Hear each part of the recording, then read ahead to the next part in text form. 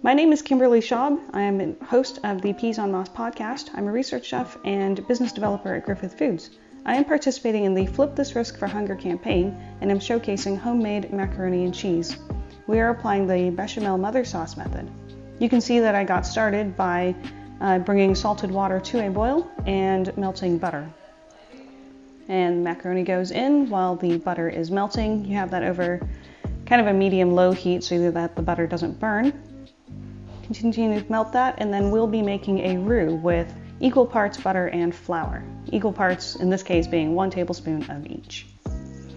Stir that together. You want to cook the roux just a little bit and then start to add the milk. Continue stirring so that you don't have any lump formation. And then start adding salt, chili powder, and garlic powder. Continue cooking that together.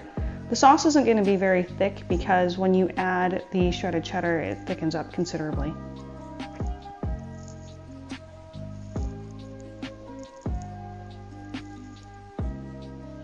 Here you can see I'm going to demonstrate a method of looking at how thick the sauce is by dipping a large spoon into the sauce and then picking it up and looking at the back of the spoon to see just how it pours off.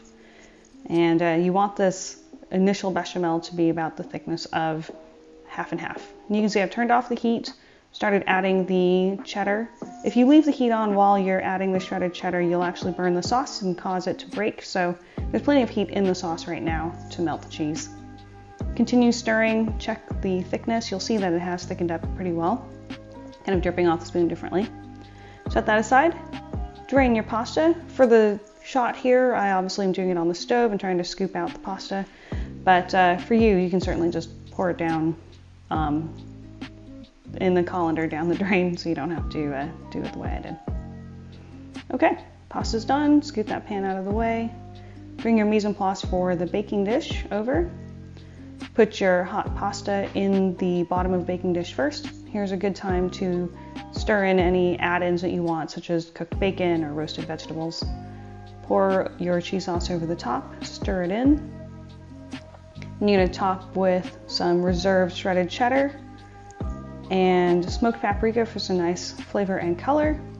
And bake it in a 400-degree oven for 10 minutes until the top is nice and bubbly and melted. Serve right away, or it certainly holds up really nicely as a leftover. Special thanks to Sammy Porter for video editing and to Flip This Risk for the opportunity.